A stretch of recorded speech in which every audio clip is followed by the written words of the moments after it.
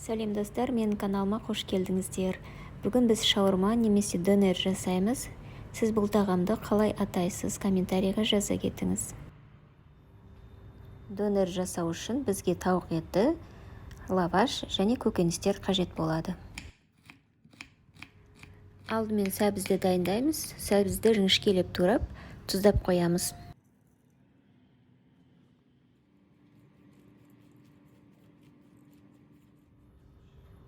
Тауықтың төсетін аламыз, оны жіңішкелеп тураймыз, тұздаймыз, бұрыштаймыз және өзіңіз ұнататын дәмдеуіштермен маринадтап қоямыз.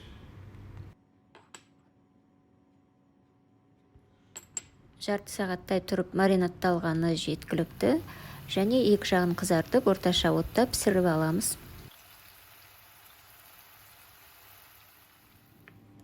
Тұздалғаннан кейін, біраз тұрғаннан кейін сәбіздің суы шығады, суын төгіп тастаймыз. Үстіне аздаған сарымсақты үккіштен өткізіп, сарымсақтың үстіне қыздырылған сұйық майды құямыз.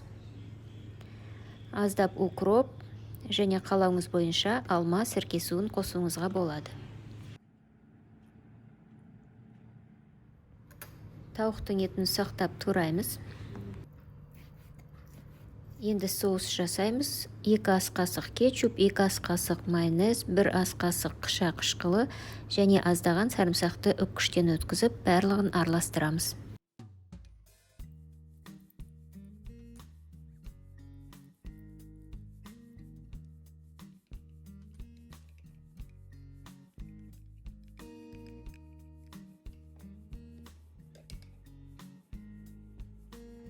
Лавашқа соусымызды жағамыз және тауық пен көкөністерді лаваштың бір жақ шетіне орналастырып, видеодағыдай ораймыз.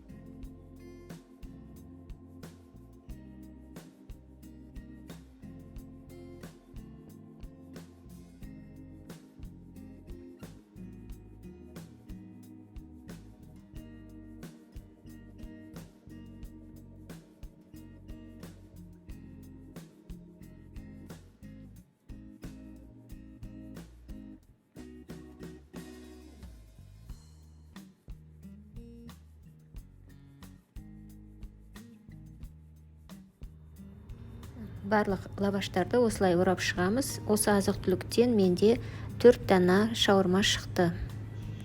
Енді табаға түбіне май құйып, екі жағын қызартып, пісіріп аламыз.